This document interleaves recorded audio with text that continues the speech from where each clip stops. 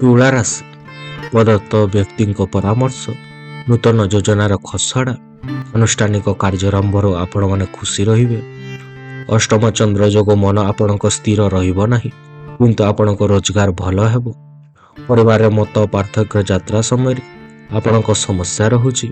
ପିଲାଙ୍କ ଅଳିର ଭାବାନ୍ତର ଆପଣଙ୍କ ସୃଷ୍ଟି ହେବ। ଭାତୃ ବିବାଦ ଦେଖାଦେଇପାରେ। ସାହିତ୍ୟ ସଙ୍ଗୀତ କ୍ଷେତ୍ରରୁ ଆପଣଙ୍କୁ ପ୍ରଶଂସା ମିଳିପାରେ। କାର୍ଯ୍ୟ ଆରମ୍ଭ ସକାଶେ ମାନସିକତା ସୃଷ୍ଟି କରିପାରନ୍ତି। ଅତୀତର ଅପମାନ ସମସ୍ୟା କାର୍ଯ୍ୟ ସାଧନାରେ ଆପଣମାନେ ଅସମାଧାନତା ବିଷୟରେ ସମୀକ୍ଷା କରିପାରନ୍ତି। କାମ ହାସଲ ଉଦ୍ଦେଶ୍ୟରେ ବନ୍ଧୁଙ୍କୁ ମନ ଭୁଲାଣିଆ କଥା କହି ପରିସ୍ଥିତିକୁ ଆପଣମାନେ ସମ୍ଭାଳି ନେବେ। ବିବାଦୀୟ ଘଟଣାର ଫଳାଫଳ ସପକ୍ଷରେ ଯିବାର ସମ୍ଭାବନା ରହୁଛି।